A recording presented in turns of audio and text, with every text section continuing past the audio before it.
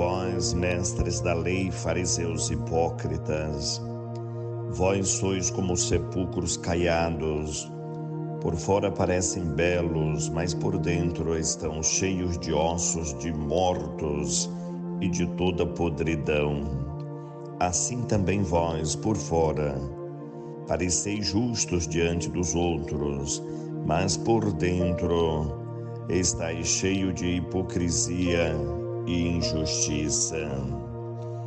Meus irmãos, minhas irmãs, hoje, quarta-feira, dia 28 de agosto de 2024, estamos celebrando hoje o Evangelho de Jesus, de autoria de Mateus 23, de 27 a 32. Jesus continua. Observe que segunda, terça, hoje quarta-feira, Jesus continua repudiando, reprovando condutas, atitudes não condizentes com a luz da palavra, com o ensinamento, com a mensagem do Evangelho. E aqui Jesus Cristo é muito pontual, muito direto a quem ele se dirige, quem ele está reprovando. E no Evangelho de hoje aparece, os fariseus, os mestres da lei, eram dissimulados, eram maquiados, mostravam uma pseudo-pureza, fidelidade à lei, à palavra. E nos bastidores, no recolhimento, no anonimato da vida, eles não tinham nada a ver com aquilo que mostravam para os outros, que Jesus usa aqui o sepulcro caiado, muito bem maquiado por fora, mas por dentro cheio de impurezas, de infidelidades. O risco que também nós corremos, meus irmãos.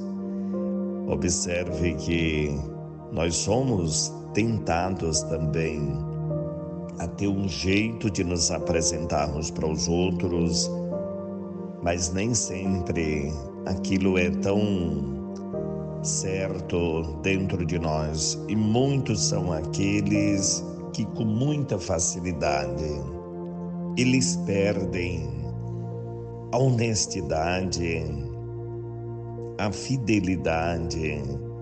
Eles deixam o caminho certo, eles se afastam de Deus, se preocupam como são vistos pelos outros, mas não se preocupam de como são vistos por Deus, como quer se apresentar por Deus.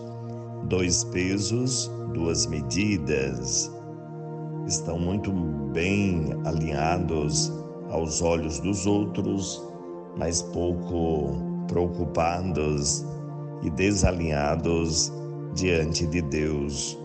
O que é mais importante?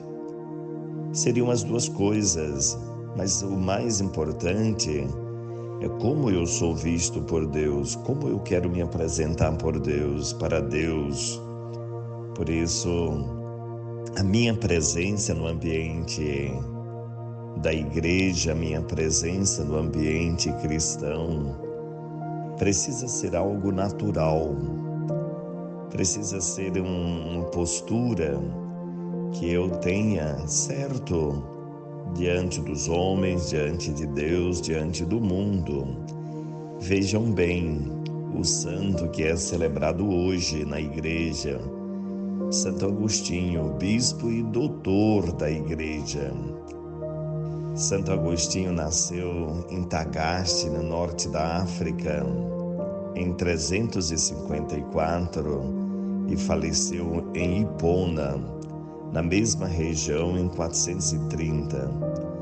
Uma vez convertido ao cristianismo, foi ordenado presbítero e aclamado bispo pelo povo.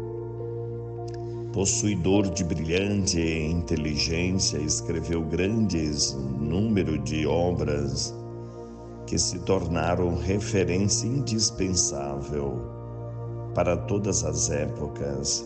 Entre seus escritos imortais emergentes, a autobiografia Confissão e o livro A Cidade de Deus. Fundador da Ordem dos Agostinianos, é considerado o pai de várias formas de vida religiosa e o maior entre os padres e doutores da Igreja. Santo Agostinho, que nem sempre viveu uma vida tão brilhante assim, deu muito trabalho para seus pais, especialmente para sua mãe, Santa Mônica, e ela, joelhos dobrados, mãos postas, coração íntegro diante de Deus.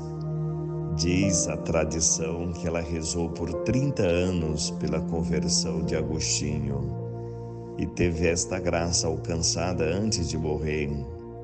Santa Mônica, celebrada ontem na liturgia da igreja, e Agostinho, um homem distante da graça de Deus, um homem aventureiro na fé. Depois convertido, viveu integralmente para Deus, viveu totalmente o reino de Deus. Então procuremos viver, meus irmãos, sem máscara, sem viver preocupado com aquilo que os outros acham de mim, mas com a liberdade da alma, a justiça de Deus, a luz da palavra de Deus.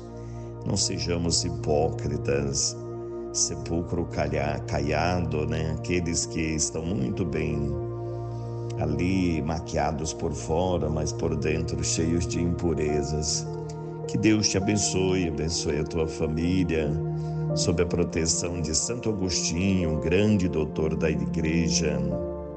Interceda a Deus por você, pela tua família, o teu coração, pelos filhos que às vezes vivem distante da graça de Deus, que fazem seus pais sofrerem. E aqui o grande exemplo de que nada substitui a oração de um pai, de uma mãe, para alcançar a graça da conversão do filho, o filho de volta para Deus. Que Deus te abençoe, te livre de todos os males e te dê a paz. Em nome do Pai, do Filho e do Espírito Santo. Amém.